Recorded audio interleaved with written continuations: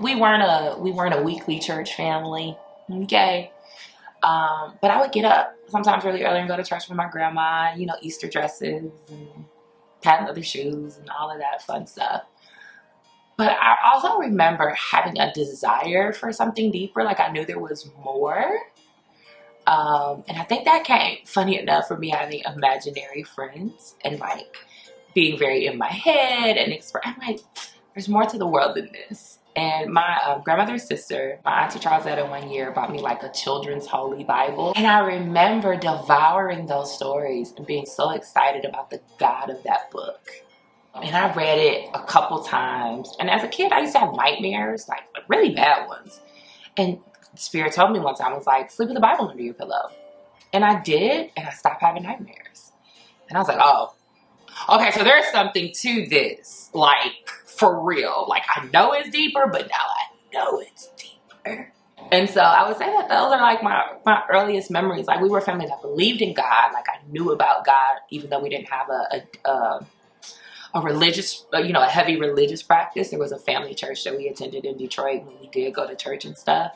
And so then I'll say probably about third or fourth grade, I started going to church with my Auntie Jackie, who's my mom's sister. And that became like a thing. I was really excited about it. Like, grandma bought me clothes to go to church. I was ready, and then Jackie got married and like moved out. And so I started going with my Auntie Sally, who went to the same church. Sunday mornings, I'm up!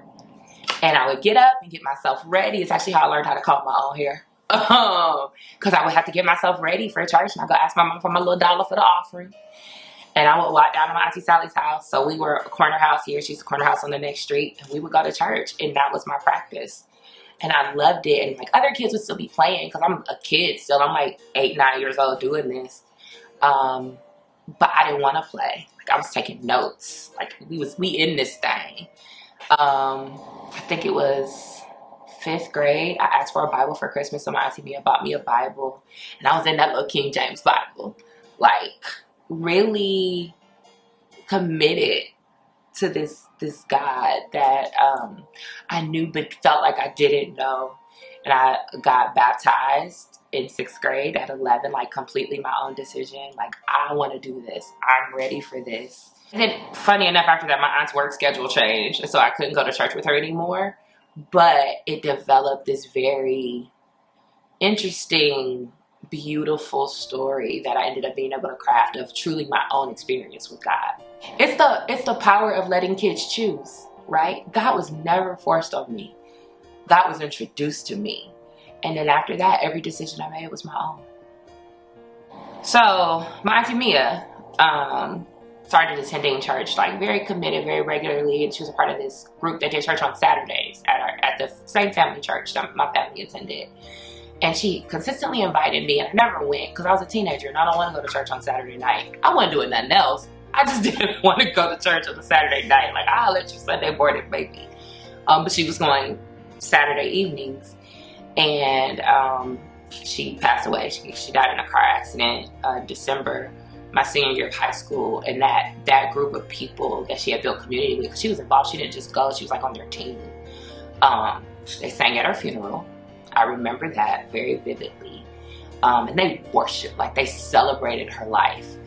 And afterwards, there was a young woman whose name, it won't come to me right now, but who she had been very close to in that group.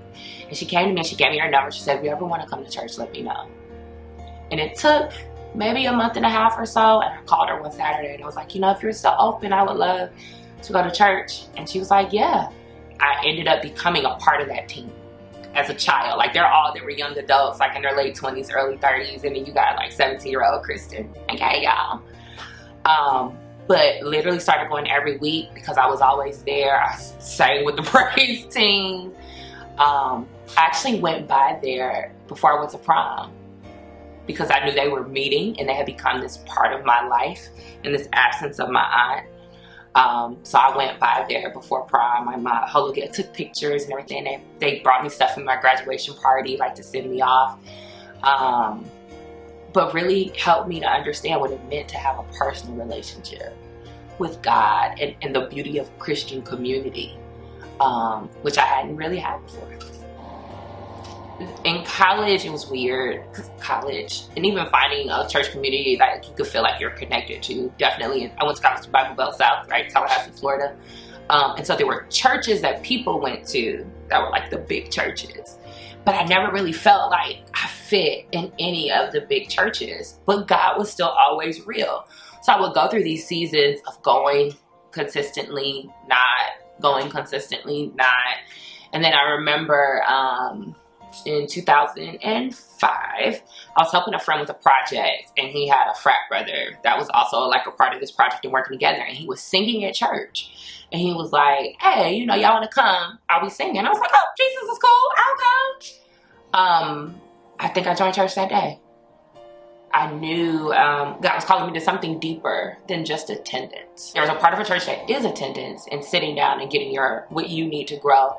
But there's a part of the church that is giving of where you're growing, like in this mutual exchange. And so I started in this process. I had ideas. I was sharing them. I was sending emails. Can we do this? What about that? Da, da, da, da. Then I moved. I moved. But when I moved to Atlanta, and there had been a church that I was consistently visiting in Atlanta. A really dear friend of mine, big brother, Corey. Hey, Corey. He went to this church called Destiny.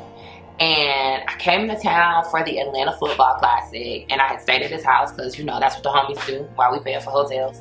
And he talked about having a football game, that his church had a football league, and they had a football game, and that I want to go. And I was like, oh, damn, your friend, I'll support, sure, why not? Then he told me that game was like at 9 o'clock in the morning. That's rude. Tell people that first. But we went, and everybody we met, or everybody I met, right? These are people he knows. I was like, oh, y'all are fun. Like, y'all are cool people.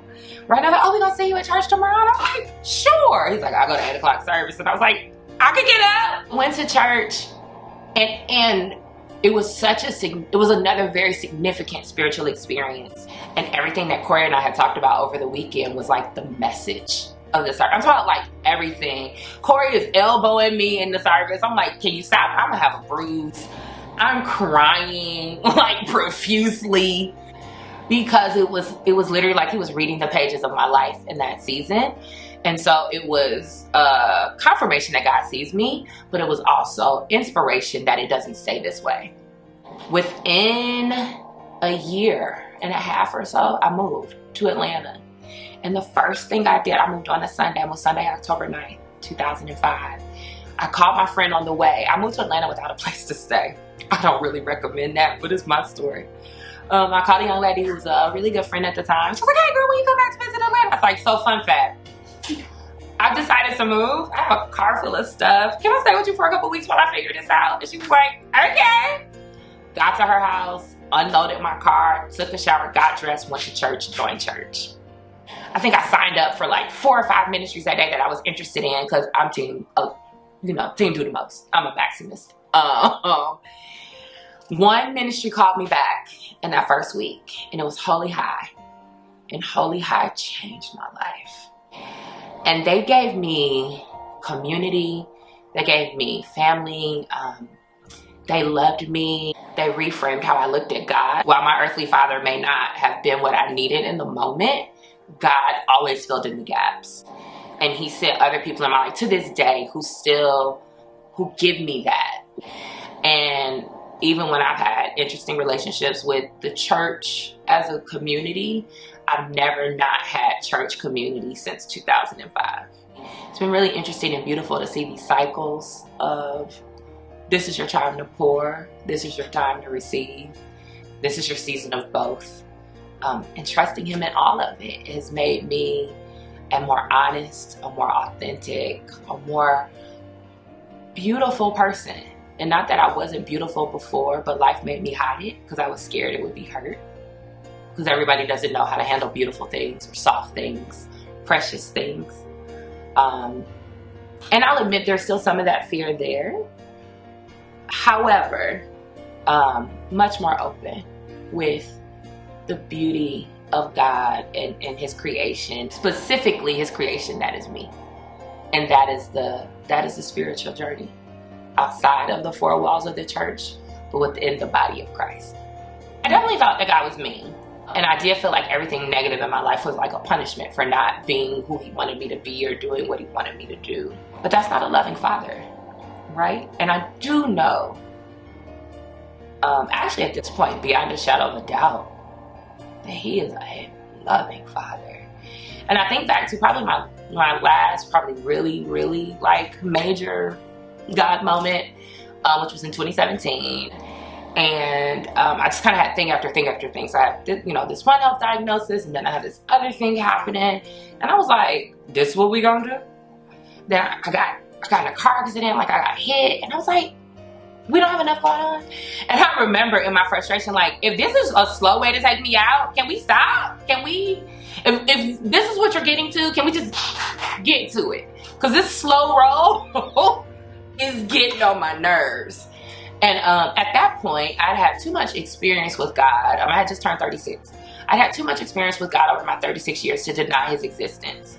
And I remember talking to my friend Nikki, and I said, listen, I can't deny the existence of God. I've seen too much. I know he's real. I said, but I'm hard pressed to tell you right now that he is good. I had another friend who texted me randomly one night, like, we're cool, we're friends, we're both like empaths. So, we had this relationship. He texted me like later in the evening. It was actually really late in. It was probably after 11. And I was like, I'll look at it tomorrow. I don't even have the energy right now. I was really tired at the time because my anxiety was really high. So, and because I thought God was trying to take me out, I was scared to go to sleep at night. So it was hard for me to get ready, but I was exhausted. Like, so it was this very weird cycle of living that I was in. And in the morning, so when I got up that morning, I was like, okay, let me read the text. And it was like a file. I was like, what the hell is that? And I played it, and it was a song. And it spoke to my soul. And it was healing in that moment. And it was very simple. The words were like, have no fear. And I just, boo, crying and everything. And my friend was like, I was standing on my balcony and I heard this song, and I literally heard Send This to Kristen. And it didn't even exist as a song. He had to go back to what he was watching. He had to rip the file. Like, he had to do some stuff to do this and send it to me. In my deepest, darkest place, when I couldn't hear God anywhere, he spoke to someone who I would listen to speak to me. And sitting on the side of my bed, tears rolling down my face, I was like, you are really good to me. And I've seen his goodness ever since. It hasn't been easy. I still had a lot of hard things. I'm still presently dealing with a lot of hard things. But his goodness is undeniable. And knowing that as truth, and how all of the other things that he does plays into his goodness. Boundaries are a part of his goodness, right? Because boundaries keep you safe. Ending friendships are a part of his goodness because those friendships were holding you back. Creating space is a part of his goodness because sometimes people need space to heal and grow. Reminding you that you're wounded is a part of his goodness because it's a reminder that love is in your life and that love shouldn't hurt. And if it does, you might need to still do some healing, right? It don't all feel good, but I'll be damned if it isn't. He petty a little bit too, but he good.